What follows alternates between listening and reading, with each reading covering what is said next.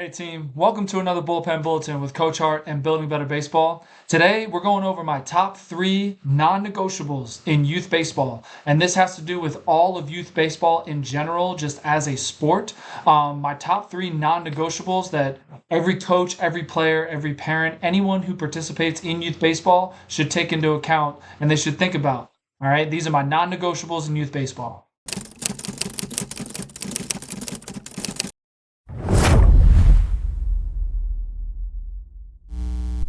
And again, I'm Coach Hart. This is Building Better Baseball, the best place for baseball education. So let's get into these non-negotiables.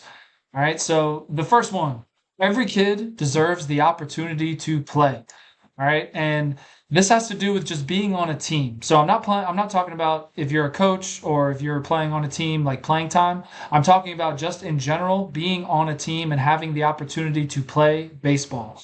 And this is something I have always believed in, where if a kid desires to play baseball, they should have an opportunity to play, whether it be a rec level team, whether it be travel, whether it be any field, near, far, wherever they can find to play. There should be an opportunity for every kid who desires to play baseball to be able to play. Who are we to take away their desire to play baseball? Baseball is a game. It is a fun game, and not many people make it to the major leagues or make it to professional where they're like getting paid and everything. So all they have is memories when they're adults. So every kid who wants to play, they deserve an opportunity to play. But how does this happen? How do we make it happen? So, and like I said, if a kid wants to play baseball, they should have the opportunity to be on the team. And a critical piece of this is full transparency from coaches and organizations. And what I mean is, if you are, let's say, a travel coach, right? If you're a travel coach and you're cutting a player, or if you're thinking that a player is not going to be on your team, be transparent with that player and with that family in order to give them the opportunity to go somewhere else. And you could even take it a step further by trying to find and reach out to other organizations and other coaches in the near area to see if they have any spots open on their team. Because when you go to that player, you can say, hey, it's not going to work out with us, but I found this team over here who's looking for players. Maybe you should go try out for them or try to be on their team. So this involves, because what happens is a lot of coaches, they are not fully transparent with their players, and they kind of keep them on when they know in the back of their mind that they're probably not going to make the team. And when that happens, when that cut happens, they do not have the opportunity to go anywhere else because every other team has already formed. All right. So a critical piece of this is just full transparency from the coaches and organizations. Like if you have an organization and you know that a team is not going to come back, or a team is disbanding or anything like that, where there's not going to be a team, be transparent with those parents and with those families and just say, hey, this is the situation. And these other organizations here are options if you want to go play somewhere else. So it all comes down to just full transparency just between the coaches and everybody. All of this is to make sure that these kids who desire to play baseball have an opportunity to play. That's the bottom line. That's the biggest deal. So it's just full transparency from coaches and organizations. And this involves cooperation from parents as well, right? So if you are a parent, maybe have realistic expectations or have a realistic view of your player and what level of play they should be playing at, right? If you have a rec level, talent level player and you are taking them to tryouts, whether they want to or not, and you're taking them to tryouts and they're not making teams, you're not necessarily setting up your player for success and setting up your player with an opportunity to play, because, I mean, deep down, you know that they are probably not the most talented kid, but they still deserve to play. It doesn't matter what skill level you are. If you want to play, you should be able to play somewhere, right? And at the same time, if you have a higher level or a higher talent level player who is kind of jumping around teams, looking for whatever you're looking for, and you end up not making a team or you missed a tryout or whatever, you're doing your player a disservice by jumping around those teams, right? So it just involves cooperation from the parents. Communication is key between coaches, organizations, and parents and families and everything. And like I said, the bottom line is we are trying to give every kid the opportunity to play on a team and play baseball if they desire to play. No kid, the worst thing in the world is a kid who does not have a team to play for who wants to play baseball. That's not how the sport grows. And if we want to grow the sport in general, youth baseball all the way up through, then we have to give every opportunity to every kid who wants to play. All right, so first non-negotiable, every kid deserves the opportunity to play if they desire to play. Now the second one, respect is paramount. Now this is kind of a more internal thing with my team, I know that, but this also expands to all of youth baseball in general, where respect is paramount. It is number one. It is number one. Respect is a non-negotiable, period. That's it. And this includes yourself. So if you're a coach, respect of yourself and showing your team that you respect yourself and you like respect everything about you and how you go about your game and your coaching philosophy and everything. And if you are a player, respecting yourself as a player, not berating yourself or getting down on yourself or doing any of those things that is a detriment to your respect of yourself, your self-respect, right? So it includes yourself. Coaches and players. So if you are a player, respect of your coaches, right? Respect of your coaches, no matter if you agree with them or disagree with them, have a bad day, whatever, respect is always in play because it is the number one, is the most paramount thing in all of youth baseball. All right. And if you're a coach, you respect your players as well, right? No matter how young they are still human beings who deserve respect. So respect goes all around between coaches and players, right? And parents and everybody involved, right? And teammates. So teammates respect each other. That is the essence of being a good teammate, is having respect for your teammates, right? And that is how teams grow as well. If you have a bunch of players who are not respecting each other, or they maybe not like each other, but it's okay to not like someone and you can still respect them, right? Respect is different than liking or not liking. If you have a bunch of players and coaches who have a team mindset and not a me mindset, then that just goes a long way for the success of the team, right?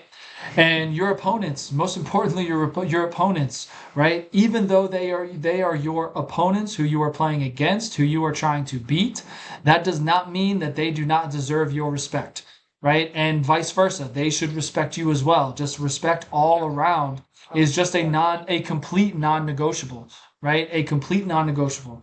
All right. So it just all boils down, especially in youth baseball too. It's just a game. We're just having fun, playing some baseball, trying to do the best that we can. And this goes for such like showboating as well, right? Even if you are not outright disrespecting another person, you should show respect through your actions on the field, right? Through like showboating. If you hit a home run, just run around the bases. You don't have to showboat, do all of these things. Now, I'm not saying don't be excited. You can be excited, but there's a difference between being excited and almost rubbing it in the other team's face, right? There's a difference. You can be excited for what you did, but you don't have to, there's a way to go about it, and there's a way to celebrate without almost rubbing it in the other team's faces, if you know what I mean. So your opponents, respect your opponents.